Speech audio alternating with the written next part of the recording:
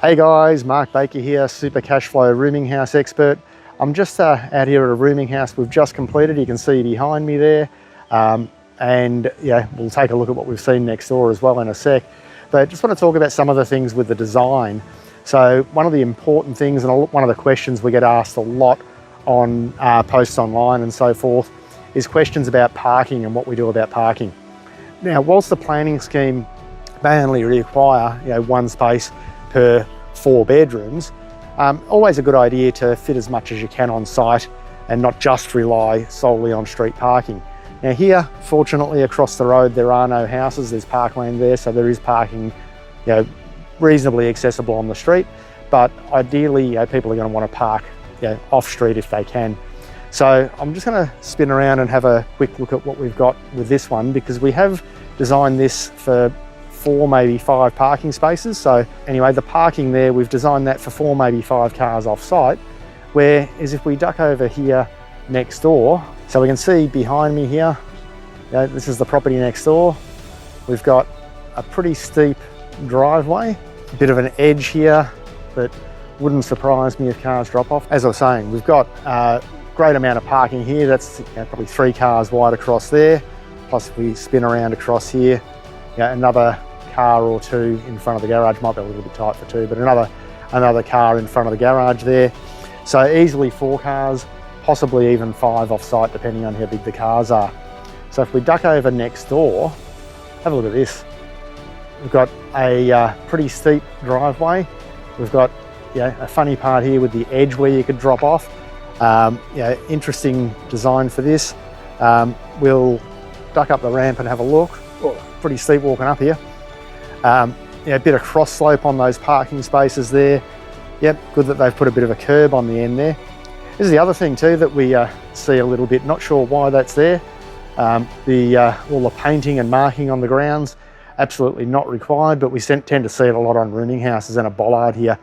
If we go up towards the front door, as you come out of the property, you'll notice that as you come out the door, end of the ramp, you're running straight into a bollard, so having to squeeze between the bollard and stuff. I assume, in the odd chance that you did get someone with a disability actually requiring that parking spot, which is highly unlikely in rooming houses, maybe it's a little bit awkward to even get to the car from the house.